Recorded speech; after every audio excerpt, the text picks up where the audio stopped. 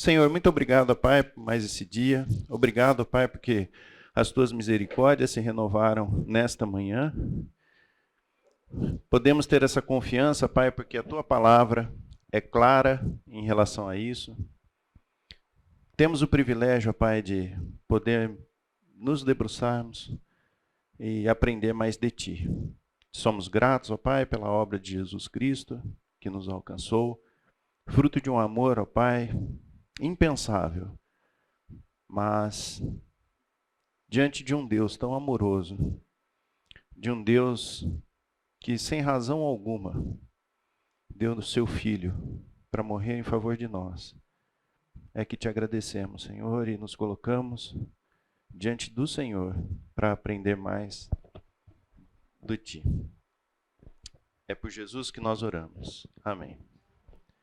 Eu vou tentar sair aqui da respiração, para não ficar esse barulho chato aí. Vamos lá.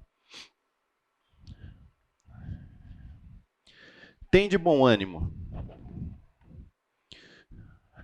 Tem de bom ânimo é um conceito que muitas vezes pode ser confundido com outras questões que são colocadas para nós de uma maneira muito errada, muito equivocada. Então, nosso objetivo hoje aqui é refletir a respeito do que seja o tem de bom ânimo, que não é uma vida tranquila, isenta de problemas, mas enxergar Cristo e ser sustentado por Ele. Então, tem de bom ânimo, muitas vezes pode ser associado com a visão errada de que a vida do crente é uma vida tranquila. Só que se nós pegarmos o próprio versículo que fala a respeito de tem de bom ânimo, o começo dele é o quê? No mundo tereis aflições. O próprio texto que fala a respeito disso já nos coloca já nos impõe essa realidade. Então eu queria pedir que a gente abrisse no Salmo 118, versículo 24, é um texto bastante conhecido, e eu gostaria de pedir que a gente pudesse começar o nosso estudo por esse salmo. Quem achou pode ler, por favor? Este é o dia que o Senhor fez, regozijemo-nos e alegremo-nos nele. Olha, que promessa que Deus faz para nós a cada manhã. Este é o dia que o Senhor fez. Quantos de nós, quando levanta pela manhã, tem plena consciência do que significa isso? Este é o dia que o Senhor fez. Alegremo-nos e regozijemo-nos nele. Isso não é fruto de algumas das questões que a gente vai ver aqui. Não é fruto, por exemplo, de pensamento positivo. Nós temos uma tendência a flertar com questões que o mundo nos coloca. O pensamento positivo é algo que está tão difundido na cultura e no mundo que ele pode trazer para nós a tentação de falar assim, não, nós temos que ter uma visão positiva do mundo, né? E associar isso com bom ânimo. Mas bom ânimo não é isso. Tem uma pessoa que eu amo muito, muito próxima de mim, que ela é adepta do pensamento positivo. Ela não é cristã. E parte do pensamento positivo, eu penso o seguinte, você não pode pensar coisa ruim, porque senão acontece, né? E o meu filho, Tiago, quando ele devia ter uns 5 anos mais ou menos, oi? Atrai. Nós vamos falar da lei da atração, né? Meu filho Tiago, quando tinha uns 5 anos mais ou menos, estava lá na casa dessa pessoa, né? E olhou assim, né? Aquele jeito de criança. Eu falei assim, esse apartamento aqui é legal, hein? Deixa eu te perguntar uma coisa, quando você morrer, você não me dá esse apartamento? Ela ficou indignada, né? Mas são coisas que acontecem, né? Por exemplo, pensamento positivo muitas vezes está associado com você desenvolver pensamentos que te colocam em uma posição de positividade, né? Eu tenho um amigo que tem uma frase que é muito, muito engraçada, mas ele fala o seguinte, né? Qual que é o conceito de uma pessoa saudável? É uma pessoa mal diagnosticada. Porque se procurar, tem. Certo? Então, pensamento positivo, muitas vezes, são associações que nós fazemos para a nossa mente para enganar determinadas realidades, para que a gente finja que está tudo bem, porque isso, de alguma forma, vai trazer um impacto positivo na nossa vida. Isso não é bom ânimo. Bom ânimo está muito distante disso. Outra questão que muitas vezes é falada em relação ao tem de bom ânimo, do que seria o verdadeiro tem de bom ânimo, é a lei da atração, né? Que o universo conspira a favor dos pensamentos que você tem. Então, se você envia para o universo coisas positivas, o universo traz de volta para você coisas positivas. E olha, gente, isso é muito difundido. Se você for ver aí no mundo pessoas que pensam a respeito disso, tem um número significativo de pessoas, né? Então você só pode falar e pensar a respeito de coisas positivas. Tem de bom ânimo está muito distante disso. Tem de bom ânimo não é isso. Não sei se vocês já ouviram falar do Napoleão Hill. É muito, muito conhecido no meio empresarial. E ele tem essas 12, não sei se é 12 ou 16, leis do triunfo e do sucesso. Então, são pensamentos organizados de tal forma que, se você tiver esses pensamentos, só coisas boas acontecerão para você. Será que quando a palavra de Deus traz a questão do bom ânimo, é isso que Deus tá querendo dizer? Amuletos é outra forma do tem de bom ânimo, né? Então, gnomos, crucifixo, a Bíblia aberta na sala. E sabe, gente, eu acho que nós temos que ter cuidado, porque existem os amuletos cristãos. Quando a gente vem à igreja, todo domingo, porque senão Deus vai punir a gente, isso é um amuleto. Quando a gente tem lá a Bíblia, né, em casa, porque a gente acredita que isso é bom, isso traz bons fluidos, gente, isso é amuleto. Então, embora a gente olhe para essas coisas e até fale assim, nossa, que coisa, né? Isso está presente dentro da igreja. E cada vez mais presente. Cumprir regras na expectativa de que, através das regras, Deus traga para nós a bênção.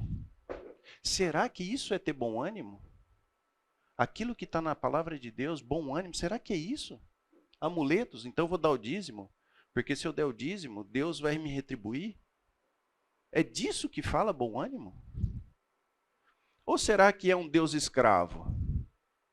Aonde eu faço determinadas coisas para Deus e aí ele fica obrigado a me retribuir de alguma forma. Será que bom ânimo é isso? Então tem de bom ânimo, faça seu sacrifício aí, porque depois Deus vai ser obrigado a te abençoar. Deus vai ser obrigado a resolver o seu problema. Tem de bom ânimo, será que é só isso? Não pode ser. Não pode ser. Nós vamos ver que tem de bom ânimo tem muito a ver com razão. Nós vamos ver que tem de bom ânimo tem muito a ver com decisão. Tem de bom ânimo tem muito a ver com a profundidade com que você desenvolve o seu relacionamento com Cristo.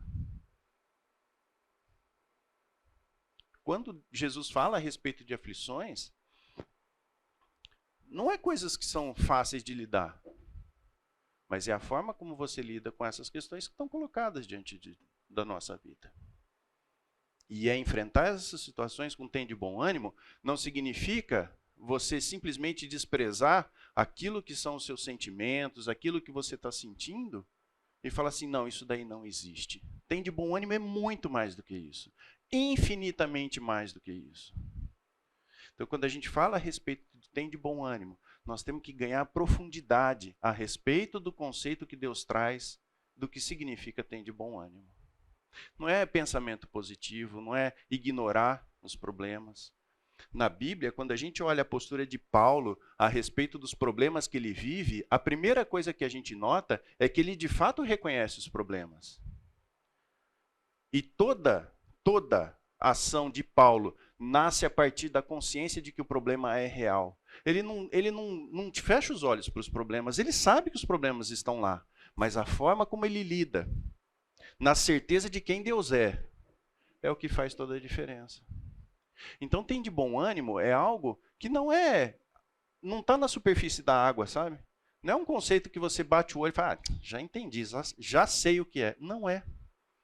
Tem de bom ânimo depende de profundidade, principalmente de profundidade no relacionamento com Deus.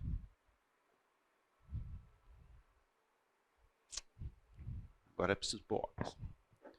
Eu queria trazer para vocês um conceito que é presente num livro do Luiz Riscado, sou fã dele, já falei isso para vocês, que chama Zoológica.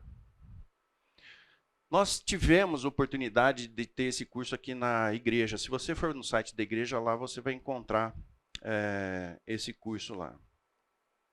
O que significa a zoológica? E na Bíblia, nós temos 3 palavras que definem vida.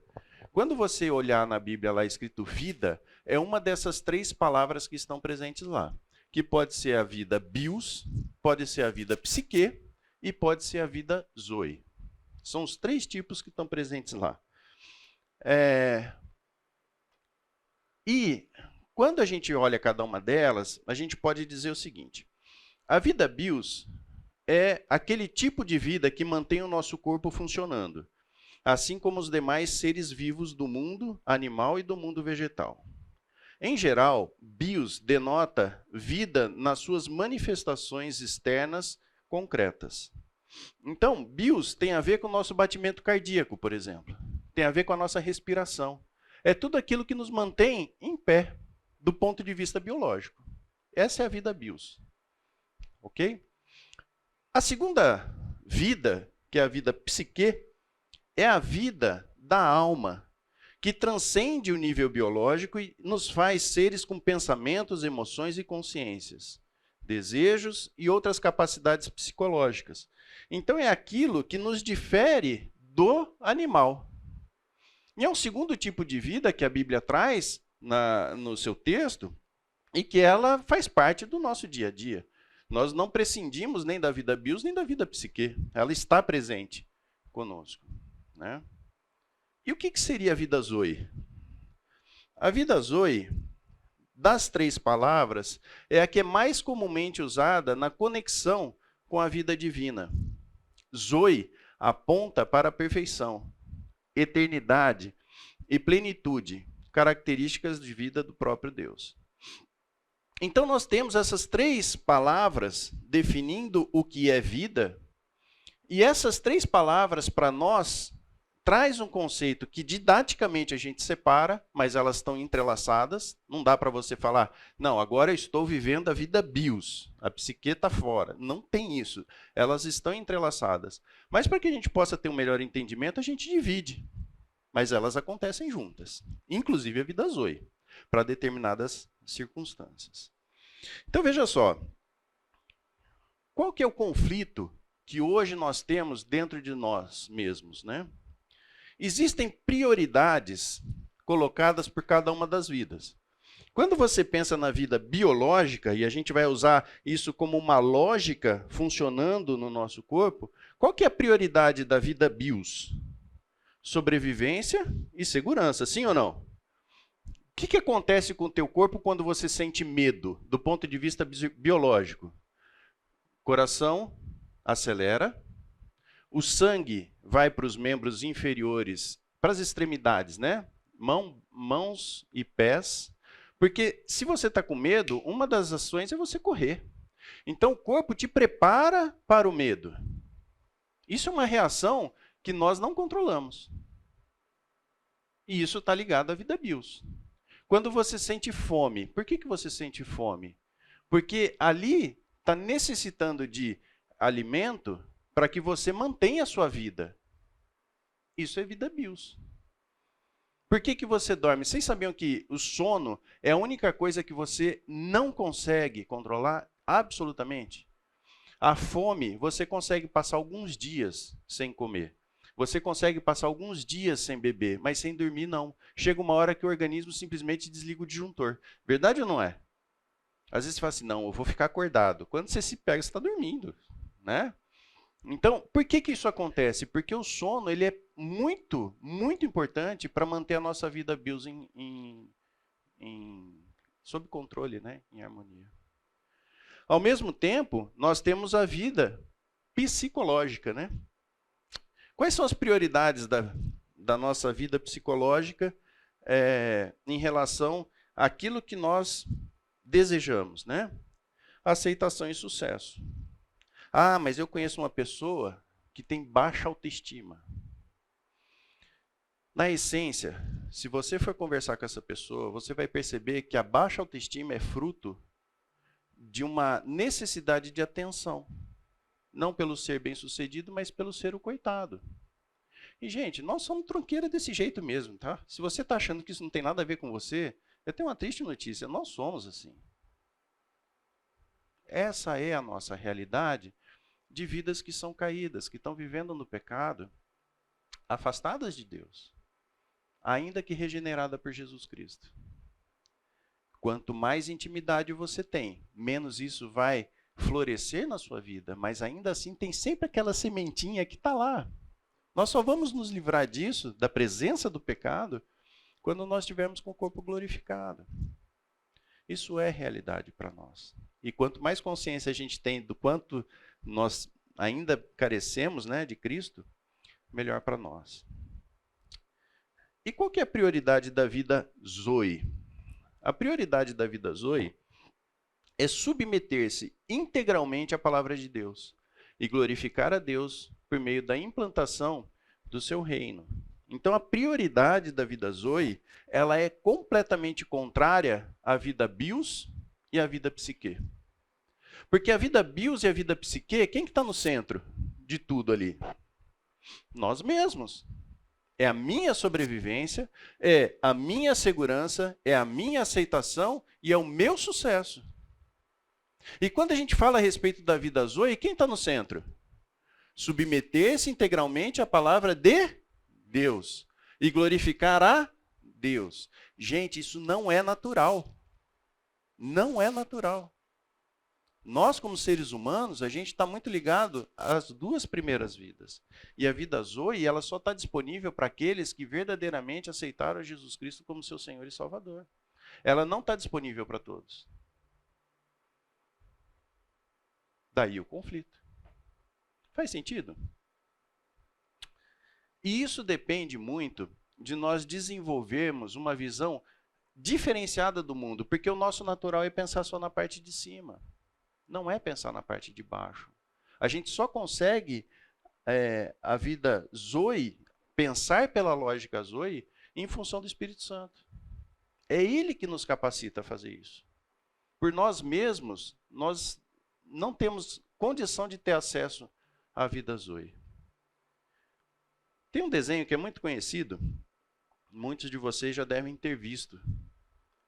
E a minha pergunta é, que idade que tem essa mulher? Quem pode dar um chute aí? Hã? Qual delas? Legal. Eu não sei, acho que a maioria percebe, né? Se você olhar que aqui é uma boca, aqui é o nariz, olhos, e aqui é um cigarrinho, né? Ela é uma velha, uma senhora, certo? Por outro lado, se você entender que essa daqui é a silhueta do rosto de uma mulher, aqui é o cabelo, aqui é a orelha, e aqui é um colar que ela usa, é uma mulher jovem. Não é interessante? Agora, olha o mais incrível de tudo. Vocês conseguiram enxergar as duas? Né? O mais interessante é o seguinte, as duas não coexistem no mesmo instante. Ou você está olhando para uma, ou você está olhando para outra. Você não consegue enxergar as duas mulheres ao mesmo tempo. Isso é mais ou menos o que acontece com a gente quando a gente olha a vida Zoe, e vida psique e vida bios. A perspectiva muda completamente quando você tem o foco voltado para a vida Zoe e o foco voltado para a vida psique ou vida bios.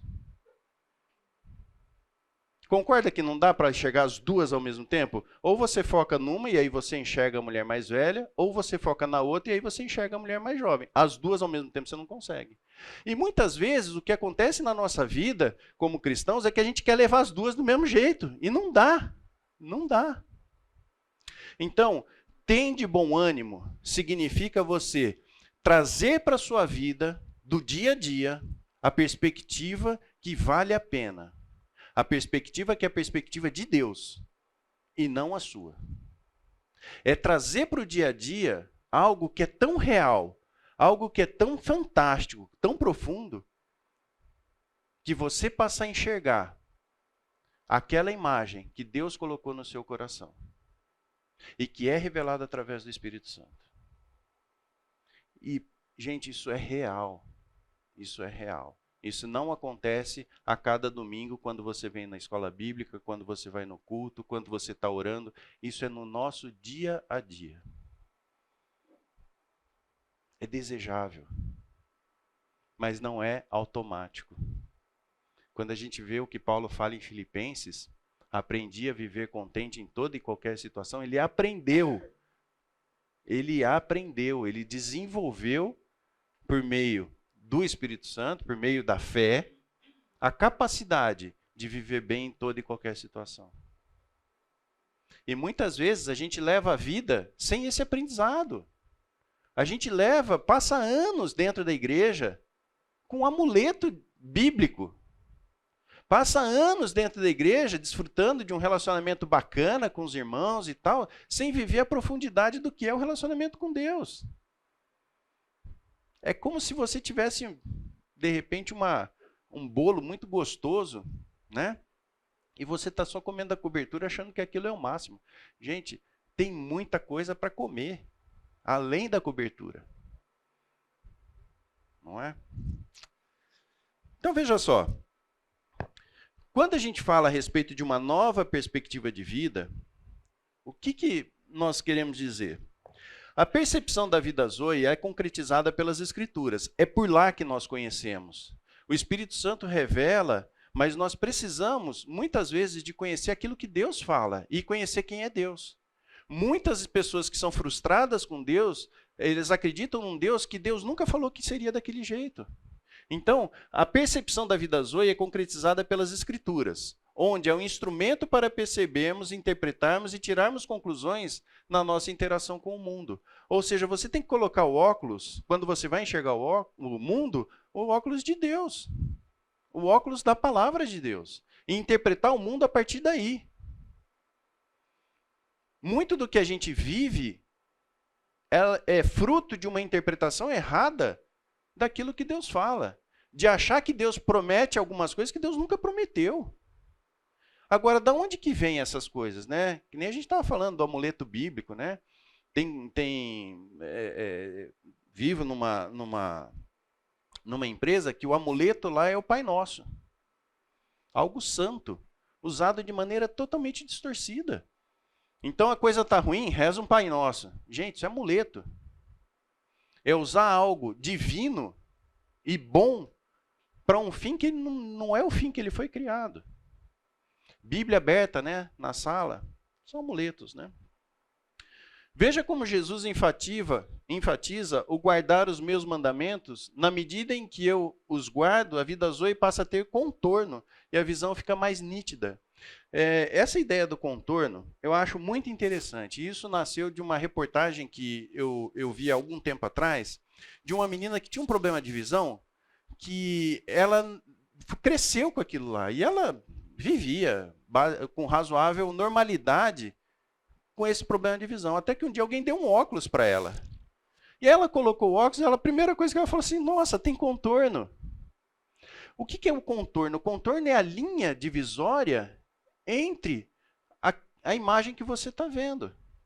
Quanto mais nítida é a imagem, quanto mais percepção você desenvolve em relação aos limites, maior chance você tem de cometer menos erros. Isso é proximidade com Deus, é você estar tão próximo de Cristo que aquilo se torna tão real em que você vai vivendo o dia a dia e aquilo faz parte da sua vida. Você está enxergando com nitidez. Né? Alguém pode, por favor, abrir João 14, 21?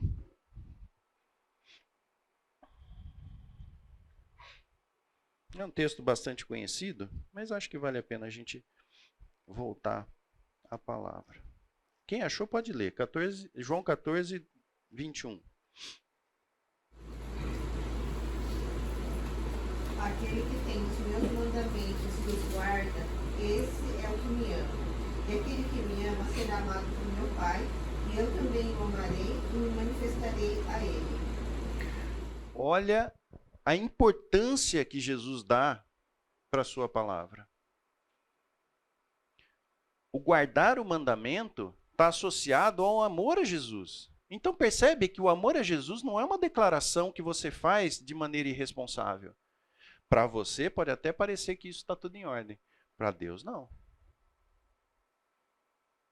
O guardar a palavra de Deus significa demonstrar o amor que você tem com Deus.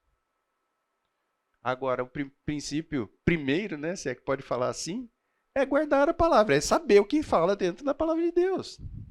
E isso não vem, né, eu acho que vocês devem concordar comigo, que o estudo da palavra não é frequentar uma escola bíblica, assistir o culto e ir numa coinonia. Aprender sobre a palavra de Deus é você se debruçar sobre o texto e começar a entender o que aquilo significa para você. É aquilo que o Espírito Santo comunica a você, que é diferente. Para cada pessoa, o Espírito Santo ele é tão maravilhoso que ele vai falar para você aquilo que você precisa ouvir, na maneira e na forma como você precisa ouvir. Quantos de nós já pegou texto bíblico, estudou e tinha uma determinada perspectiva daquele texto? Né? Passou um tempo, você voltou no mesmo texto. E a interpretação, né? Aquilo que você aprendeu daquele texto, foi completamente diferente da primeira vez. Porque embora o texto seja o mesmo, você não é o mesmo. Você viveu experiências, você pode associar novos conhecimentos, e quando você volta para o texto está muito mais rico, muito mais nítido.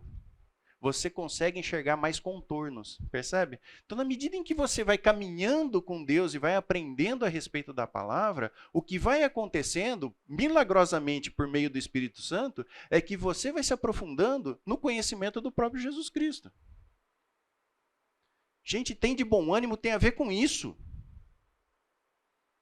Tem de bom ânimo significa estar ligado a Cristo. Isso é tem de bom ânimo. De forma alguma é algo externo, que parte da nossa própria cabeça, do nosso próprio coração, num desejo irracional de querer fazer algo que é bom para Deus. Isso é loucura. É totalmente desassociado daquilo que a palavra diz. A vida Zoe é uma vida de comunhão. Quer ter vida Zoe presente na sua vida, vivida no dia a dia? O segredo é comunhão com Cristo. Se você está ligado lá, se a seiva está vindo até você, você vai ser frutífero. Não por você mesmo. Porque se fosse por nós mesmos, vamos combinar, né? Nós teríamos outro destino. Né? Vamos abrir nesse texto? João 15, de 1 a 17. Quem achou, por favor, pode ler. João 15, de 1 a 17. Também é um texto bastante conhecido, mas tem alguns trechos que eu acho que vale a pena a gente se deter aqui. Quem achou, pode ler. Eu sou a videira verdadeira e meu pai é o agricultor. Todo ramo que estando em mim não der fruto, ele corta. E todo que dá fruto limpa, para que produza mais fruto ainda. Vós já estáis limpos pela palavra que vos tenho falado. Permanecei em mim e eu permanecerei em vós. Como não pôde o ramo produzir fruto de si mesmo, Se não permanecer na videira, assim nem vós o podeis dar, se não permanecerdes em mim. Eu sou a videira, vós os ramos. Quem permanece em mim e eu nele, esse dá muito fruto, porque sem mim nada podeis fazer. Se alguém não permanecer em mim, será lançado fora, à semelhança do ramo, e secará. E o apanho, lanço no fogo e o queimo. Se permanecerdes em mim, e as minhas palavras permanecerem em vós, pedireis o que quiserdes, e vos será feito. Nisto é glorificado meu Pai, em que deis muito fruto, e assim vos tornareis meus discípulos. Como o Pai me amou, também eu vos amei. Permanecei no meu amor. Se guardardes os meus mandamentos, permanecereis no meu amor. Assim como também eu tenho guardado os mandamentos de meu Pai, e no seu amor permaneço. Tenho-vos dito essas coisas, para que o meu gozo esteja em vós, e o vosso gozo seja completo. O meu mandamento é este, que vos ameis uns aos outros, assim como eu vos amei. Ninguém tem maior amor do que este, de dar alegria à própria vida em favor dos seus amigos. Vós sois meus amigos, se fazeis o que eu vos mando. É o 14, né? Até o 17. 17. Já não vos chamo servos, porque o servo não sabe o que faz o seu senhor. Mas tenho-vos chamado amigos, porque tudo quanto ouvi de meu Pai, vos tenho dado a conhecer. Não foste vós que me escolhestes a mim. Pelo contrário, eu vos escolhi a vós outros e vos designei para que vades e deis fruto, e o vosso fruto permaneça, a fim de que tudo quanto pedirdes ao meu Pai, em meu nome eu vou-lo conceda. Isto vos mando, que vos ameis uns aos outros. Obrigado. Primeira coisa, esse trecho não está falando de salvação. Então, quando a gente lê esse texto, alguns podem pensar o seguinte: pô, lanço fora, então perdeu a salvação. Não é a respeito disso que o texto está dizendo. Eu tive conversando com uma pessoa que planta uva na casa dele, e é muito interessante, porque ele falou que isso daqui é uma verdade presente na cultura, né, da uva.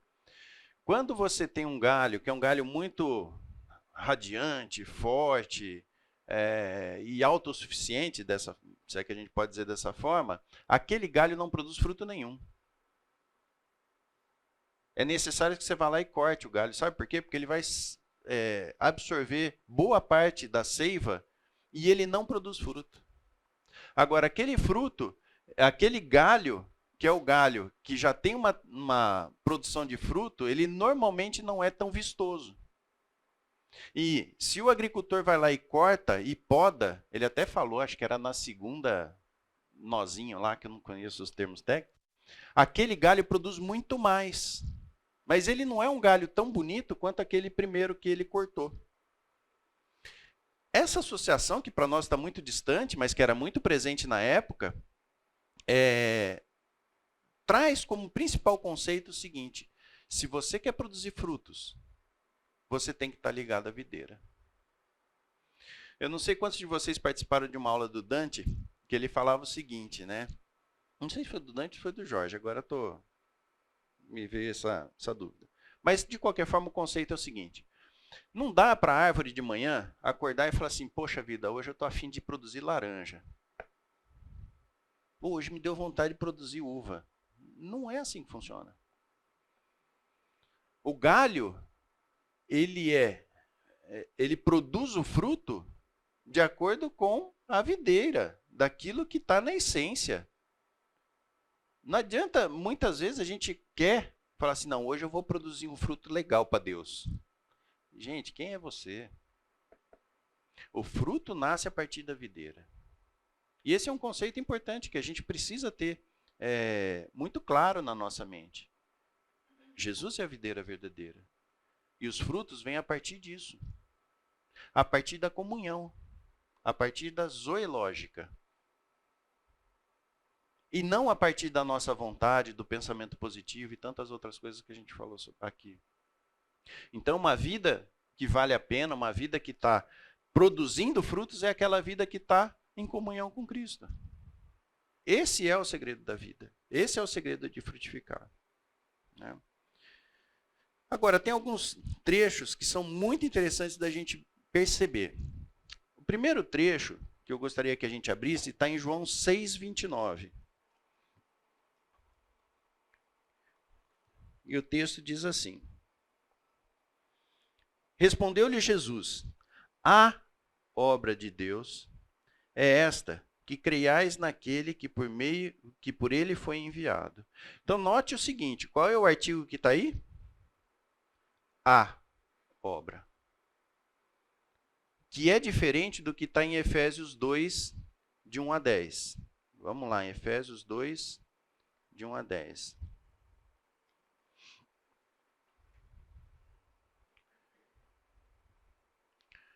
Efésios 2, de 1 a 10. Ele vos deu vida, estando vós mortos nos vossos delitos e pecados, nos quais andastes outrora, segundo o curso deste mundo, segundo o príncipe da potestade do ar, do espírito que agora atua no filho da desobediência, entre os quais também todos nós andamos outrora, segundo as inclinações da nossa carne, fazendo a vontade da carne e dos pensamentos, e éramos, por natureza, filhos da ira, como também os demais.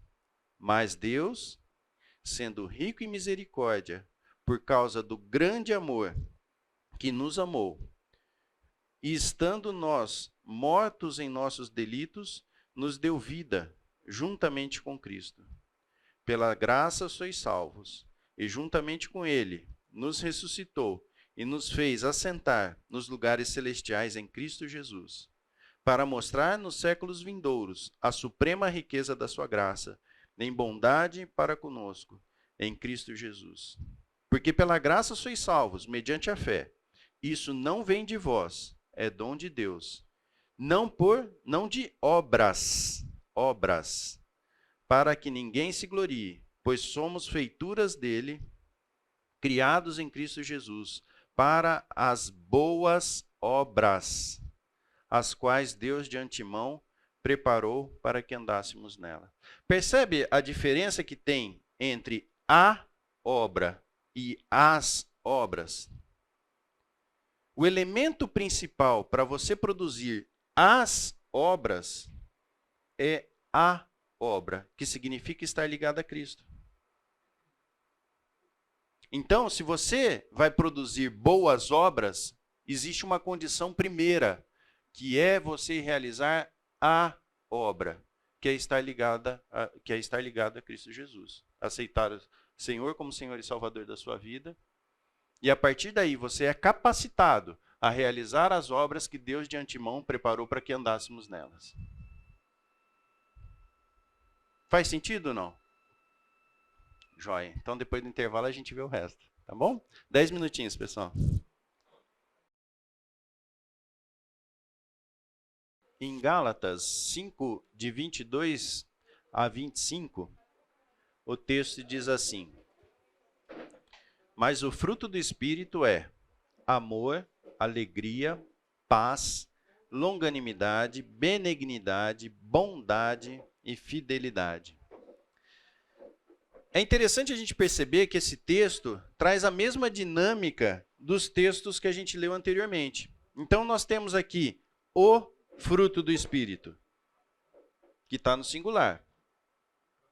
E, ao mesmo tempo, quando a gente volta lá para o texto que nós lemos, né, de João 15, de 1 a 17,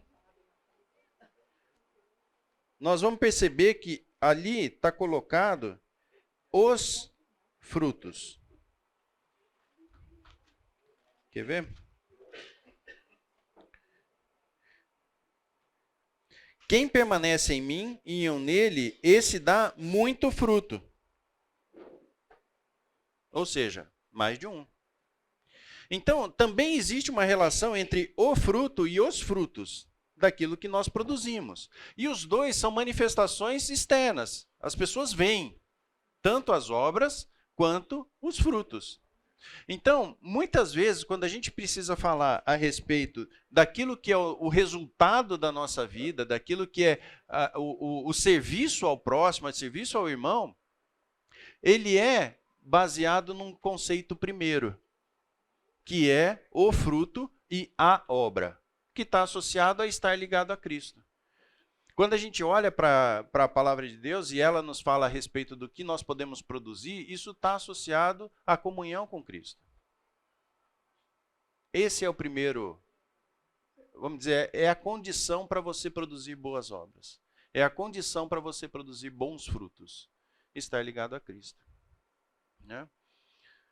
Bom, mas tá bom. E como é que a gente faz isso, né? E lembra sempre do seguinte, tudo isso nós estamos refletindo e estamos considerando, porque existe uma questão primeira, que é entender o que é bom ânimo. Todo esse trabalho nós estamos fazendo para construir na nossa mente, no nosso coração, aquilo que é o bom ânimo. Nós já falamos do que não é bom ânimo. Mas o que eu posso, como que eu posso construir o bom ânimo e passar então a viver uma vida frutífera? Se nós pegarmos o texto de 1 João 1, de 5 a 7,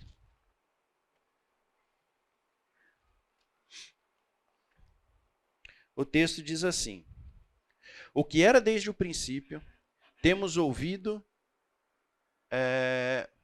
desculpa. É 1 João 1, de 5 a 7.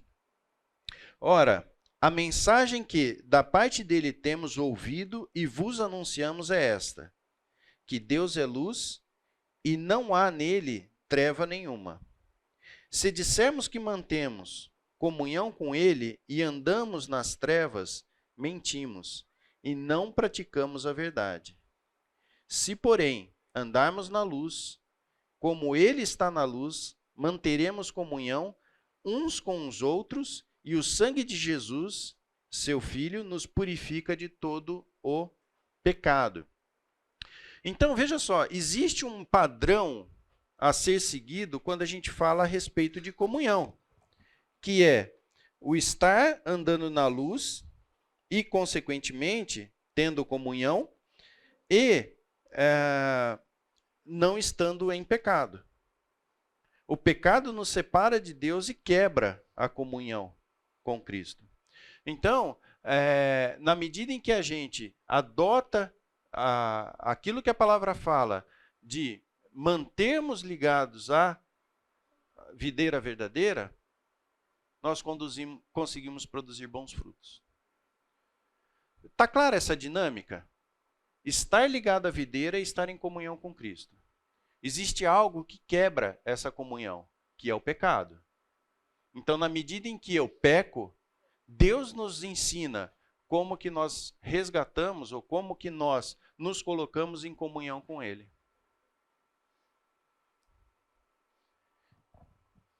O texto... Oi? Que é, vamos lá. 1 João 1, de 8 a 10, que é o texto que está logo na sequência. Se dissermos que não temos pecado nenhum, a nós mesmos nos enganamos, e a verdade não está em nós. Se confessarmos os nossos pecados, Ele é fiel e justo para nos perdoar os pecados e nos purificar de toda injustiça. Se dissermos que não temos cometido pecado, fazemo-lo mentiroso e a sua palavra não está em nós.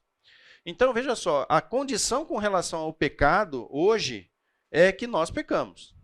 Acho que ninguém aqui pensa diferente disso. E toda vez que nós pecamos, nós quebramos a comunhão com Cristo. E qual é a receita para que nós voltemos à comunhão? A confissão de pecados.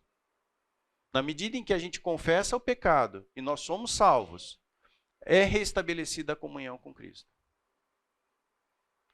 Existe um material muito legal, muito precioso no site da igreja, que é o Guia de Confissão. Não sei quantos de vocês já tiveram a oportunidade de ter contato com esse material.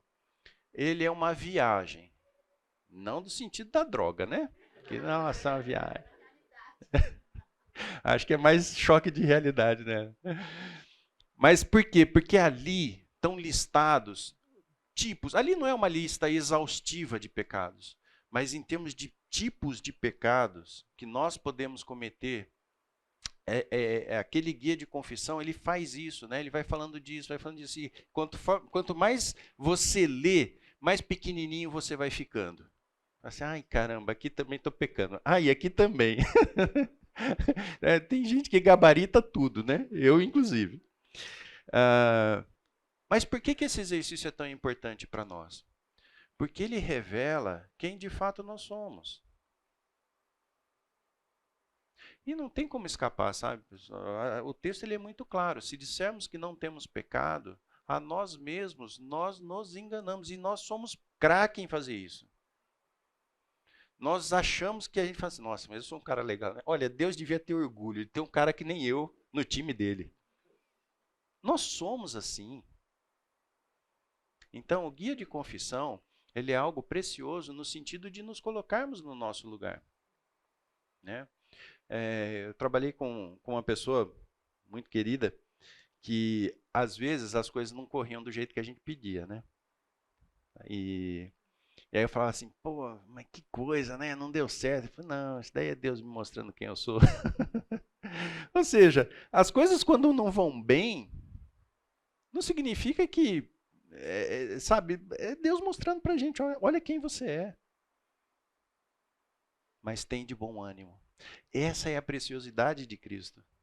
É que, a despeito da situação, a despeito de tudo que possa estar dando errado, o que ele fala para nós é, tem de bom ânimo. Não porque você vai estar emocionalmente envolvido com uma... Nada disso. É racional. Tem de bom ânimo, sabe por quê? Porque você tem comunhão comigo. E eu venci o mundo. Essa é a questão relacionada ao tem de bom ânimo. Não é porque o valor está em nós, mas o valor está 100% nele. E se nós temos comunhão com ele, nós temos condições de receber dele tudo o que é necessário para que a gente viva uma vida plena. Jesus não quer que a gente tenha uma vida miserável aqui no mundo. Agora, quando essa vida depende de circunstâncias, depende de algo que não é Cristo, aí então nós estamos vivendo uma vida medíocre. Achando que não está, mas está vivendo uma vida medíocre. Comendo a cobertura do bolo. E Deus quer que a gente coma o bolo todo. E ter essa visão, ter essa perspectiva, é uma questão de exercício. Aprendi a viver bem em toda e qualquer situação. A conversão não te traz esse entendimento de maneira imediata.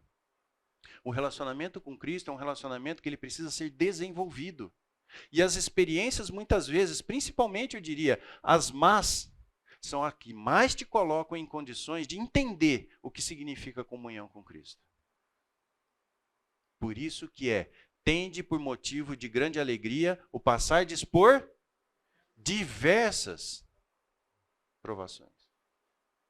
Porque isso nos coloca mais próximo de Cristo. Só por isso. Coisa pouca, né? Coisa pouca. E muitas vezes a gente quer fugir das situações de luta, né? Mas é importante. Mas a vida Zoe, ela já está disponível para nós. É engraçado porque durante um bom período da minha vida cristã, eu achava assim, vida eterna é quando eu morrer, não é isso? Morri, aí vou para a vida eterna. Só que não. A vida eterna, ela começa no momento em que eu me converto. Aí começa a correr minha vida eterna. Num outro formato, enquanto eu estou aqui, ou enquanto Jesus ainda não veio. Mas a vida eterna começa aqui. Então, o acesso à vida Zoe, que quem não aceita Cristo não tem, nós já podemos desfrutar hoje. E é interessante porque a vida Zoe, ela é um processo que caminha no sentido da santificação e que está baseado num dos princípios que a gente viu na primeira aula, que é o compromisso de Deus conosco. Deus tem um compromisso conosco, formar o caráter de Cristo em nós. E essa é a prioridade. Não é ter uma vida tranquila, né? Sem problema, não. É formar o caráter de Cristo em cada um de nós. E vamos combinar a partir de mim, né? O trabalho difícil, né? Não é verdade? Porque nós somos resistentes, a gente tem a questão da bios e psique atuando na nossa mente. Então é um trabalho que precisa ser feito. E esse é o compromisso de Deus conosco. Que nós possamos ter a vida Zoe presente na nossa vida, no nosso dia a dia. Quer ver um exemplo disso? Alguém que pôde enxergar toda uma situação com base na vida Zoe? Vamos lá. 1 Samuel 17, 23 a 58. Oi. Só complementando o que você comentou, né, da vida eterna começar aqui, né? No texto que a gente leu antes, de Efésios 2, né? Diz que Deus nos ressuscitou com Cristo. Então é impressionante como Paulo usa o verbo no passado. Deus ressuscitou por Cristo, porque no momento em que você se converteu, você já tem a sua ressurreição. Acesso à vida eterna. Muito legal, então. Então vamos lá? Vamos dar uma olhada nessa história que é muito conhecida, né? 1 Samuel 17, de 23 a 58. Estando Davi ainda a falar com eles, eis que vinha subindo do exército dos filisteus o duelista, cujo nome era Golias, o filisteu de Gate, e falou as mesmas coisas que antes falara, e Davi ouviu. Todos os israelitas, vendo aquele homem, fugiam de diante dele e temiam grandemente. E diziam uns aos outros: vistes aquele homem que subiu? Pois subiu para afrontar a Israel. A quem o matar, o rei cumulará de grandes riquezas e lhe dará por mulher a filha, e a casa de seu pai isentará de impostos em Israel. Gente, qual é o foco deles aqui? 100%. O aqui e agora, concorda? Não é? Ele está falando o quê? Imposto, riqueza, poder, mulher, né?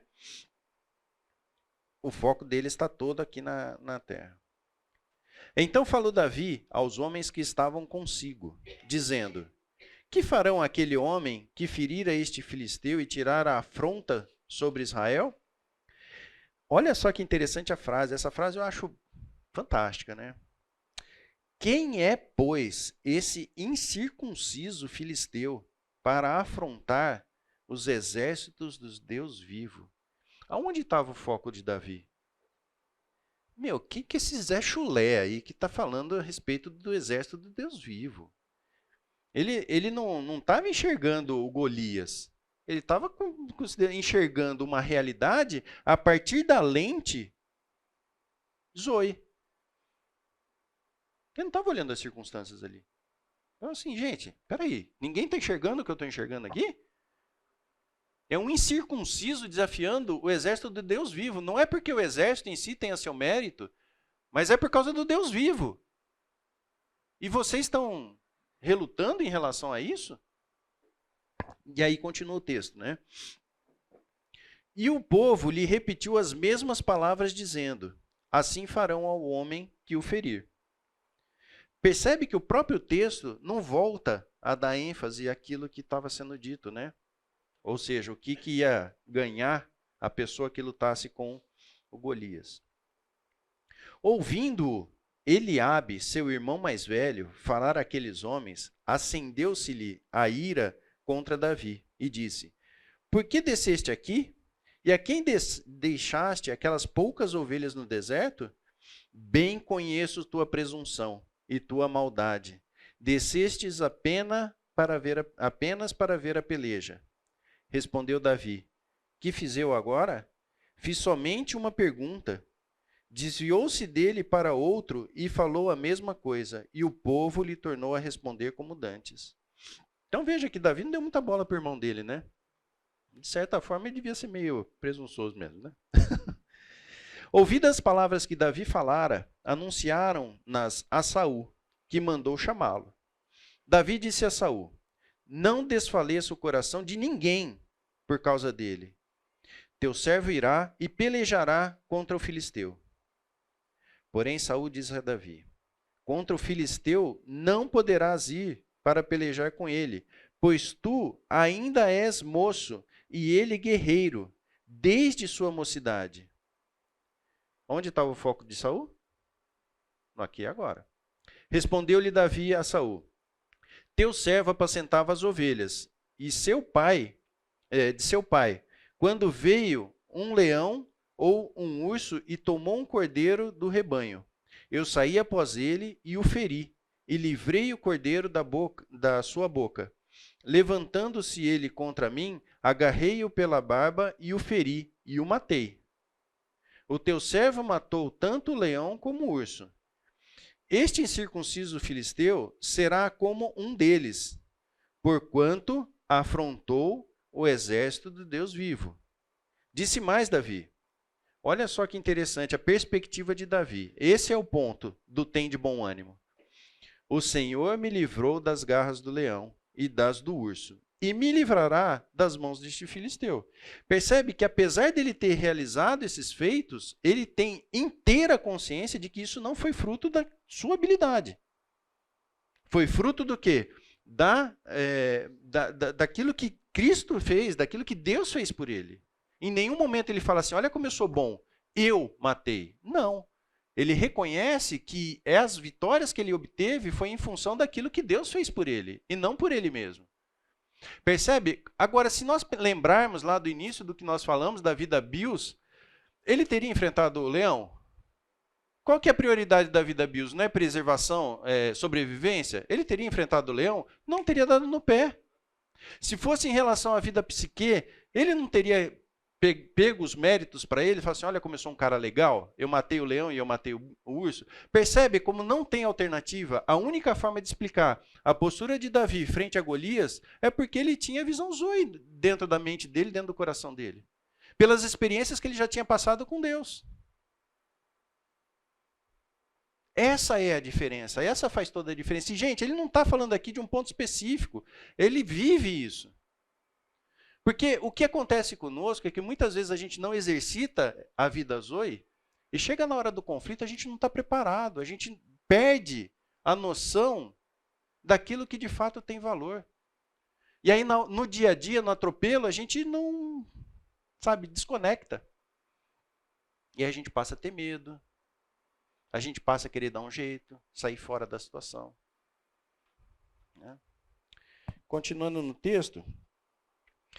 Então disse Saul a Davi, vai-te, e o Senhor seja contigo.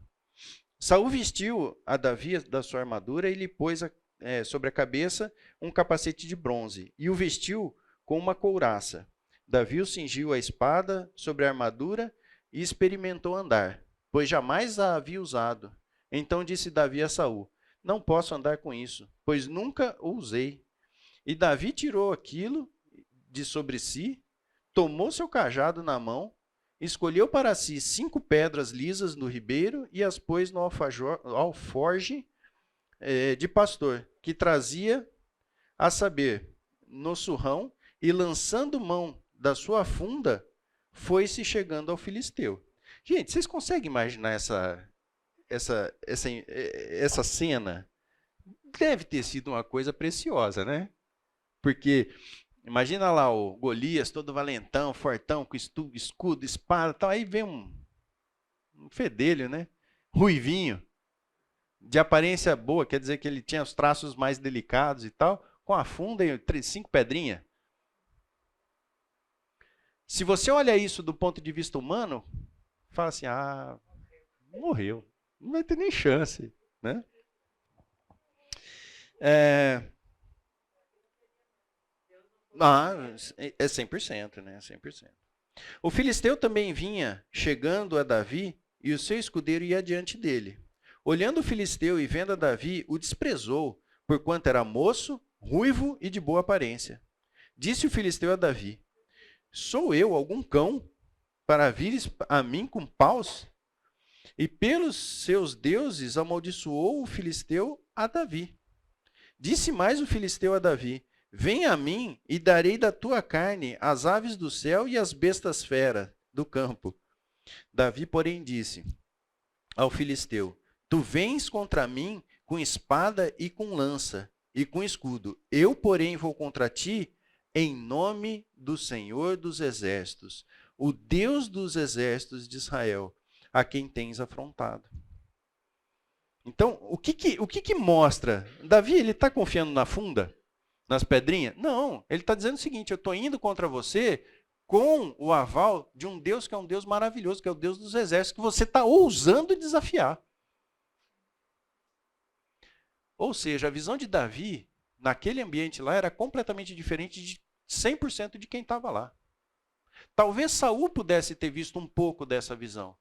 Porque se você for pensar na situação, quem perdesse a guerra teria que entregar. E Saul falou assim, não, Davi parece que faz sentido, né? Eu não sei se foi desespero, alguma coisa aconteceu, mas Saul, obviamente, porque era o plano de Deus, mas Saul permitiu que ele fosse lá desafiar, né?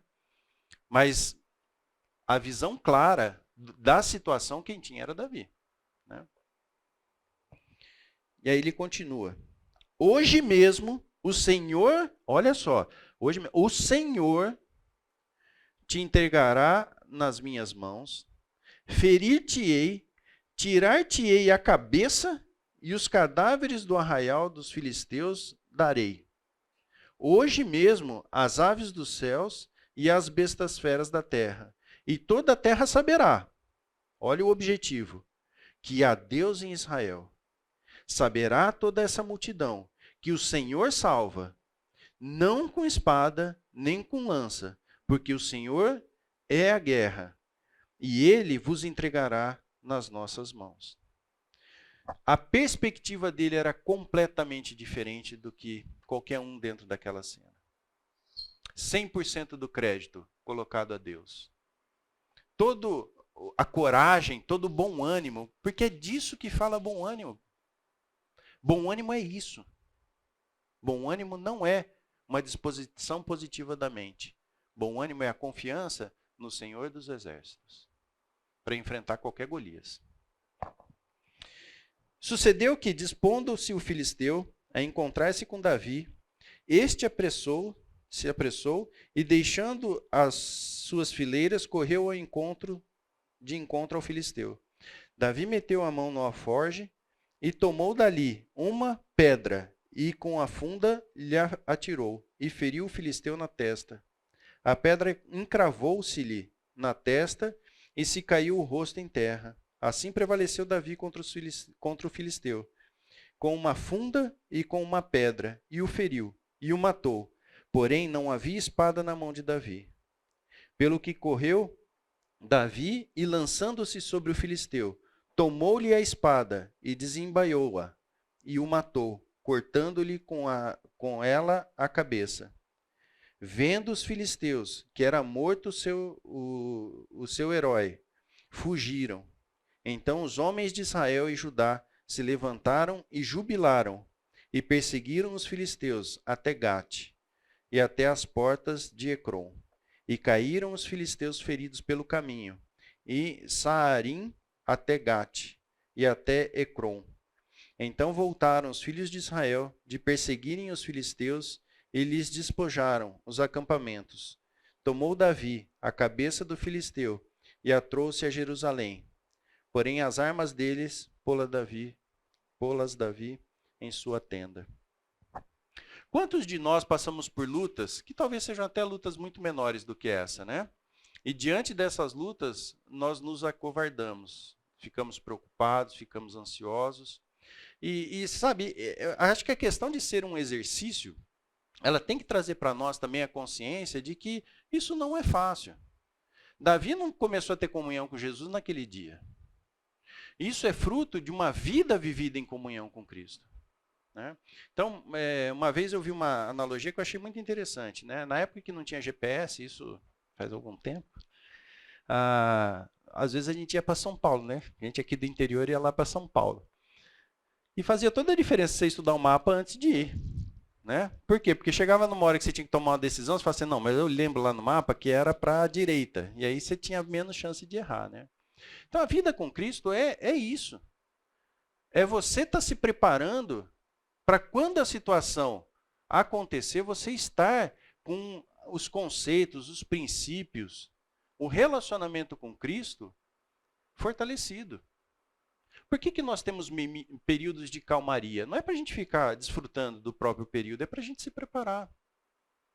Porque na hora que o conflito vem, a gente está consciente daquilo, de quem é Cristo. Então, em momentos que a gente está mais tranquilo, sabe o que nós temos que fazer? Nos apegarmos à palavra. E muitas vezes a gente faz exatamente o contrário, né? Quando a vida está indo bem, o que a gente faz? Desfruta da vida. A hora que a coisa aperta, aí a gente vai estudar, vai ler, vai orar.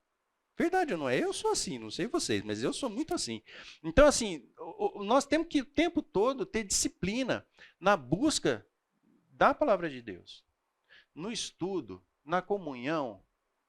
Quando a gente vem aqui para o louvor, na igreja, ter consciência de quais são os motivos de gratidão e do porquê que a gente está lá. Louvor não é para musiquinha, né? Ou até, né, Patrícia, assim, não, vamos pôr uma musiquinha aqui que tem um pessoal que chega atrasado, então vamos entreter o pessoal aqui enquanto o pessoal está chegando. Não é isso, o louvor ali é para você derramar diante de Deus a tua gratidão por aquilo que Deus tem feito na sua vida. Esse é o motivo do louvor. Louvarmos em comunidade. Ouvir a palavra com atenção. Sabe, às vezes eu fico triste de ver pessoas mexendo no WhatsApp enquanto está tendo culto. Eu fico triste, às vezes, de ver pais, e não quero fazer nenhum julgamento de valor, mas eu tenho um filho de 22, então acho que alguma coisa eu já passei, né? E ver criança no culto. Gente, o semear é uma preciosidade. Muito do que meus filhos sabem aprenderam lá. E a criança está lá no culto desenhando. Sabe, eu fico triste. Porque perdem a oportunidade de dar o melhor para a criança. O melhor para a criança não é estar do seu lado. É estar aprendendo a respeito de Cristo. É estar aprendendo a respeito de Jesus. Não é pelo fato dela estar lá. De forma alguma. Mas isso faz diferença. E eu posso dizer isso, nenhum dos três estão aqui. Mas eu posso dizer isso pelo testemunho que eu ouço dos meus filhos. Tem uma quase filha aqui, né, Helena? Quanto que aprendeu no semear? Quanto que nós aprendemos? Pessoal, basta você passar um domingo numa outra igreja e você vai perceber a qualidade do que a gente desfruta aqui na igreja. E às vezes a pessoa está vendo no WhatsApp. Então, assim, tem de bom ânimo. Tem de bom ânimo é ter comunhão com Cristo. Existem boas ferramentas colocadas ao nosso dispor, mas é também verdade que o melhor de tudo é quando você está sozinho, com a palavra de Deus, em oração, buscando conhecer mais a respeito de quem é Cristo, de quem é Deus. É isso que vai fazer diferença na hora do aperto. E olha, acho que eu não sou o único aqui, mas na hora do aperto, ainda que você faça muitas dessas coisas, é aperto. Senão não era aperto, não é? Então, assim, tem de bom ânimo. É uma questão de disciplina, de aprofundamento no relacionamento com Cristo. Lembra da palavra? A palavra que é traduzida por bom ânimo, que é Tárcio, não sei se a pronúncia exata é essa, quer dizer muita coragem. Mas não é a muita coragem baseada em nós mesmos ou nas circunstâncias. É muita coragem baseada no relacionamento que eu tenho com Cristo. Então, a muita coragem não é fruto de um estado emocional ou uma disposição mental que coloca-nos em posição de luta. Não é isso. Muita coragem significa o seguinte: como você está ligado à videira verdadeira, você tem plenas condições de enfrentar o que for. Por mais que a situação seja difícil, mas você tem toda a condição de enfrentar. Todo o ferramental, né, toda a força que você precisa, toda a seiva que você precisa para enfrentar, você tem porque você está ligado a Cristo. Não por você mesmo. Né? Deixa eu só ver aqui que tem uma cola aqui que eu não enxergo. Então é isso. Acho que eu falei de tudo. É isso aí. Agora, tem um elemento fundamental em tudo isso, né? Que é o Espírito Santo. Vamos abrir em João 15, 26.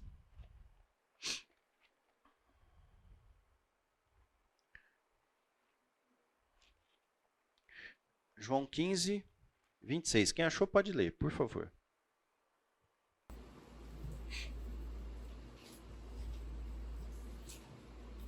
Quando, porém, vier o Consolador, que eu vos enviarei da parte do Pai, o Espírito da verdade, que ele procede, esse dará testemunho.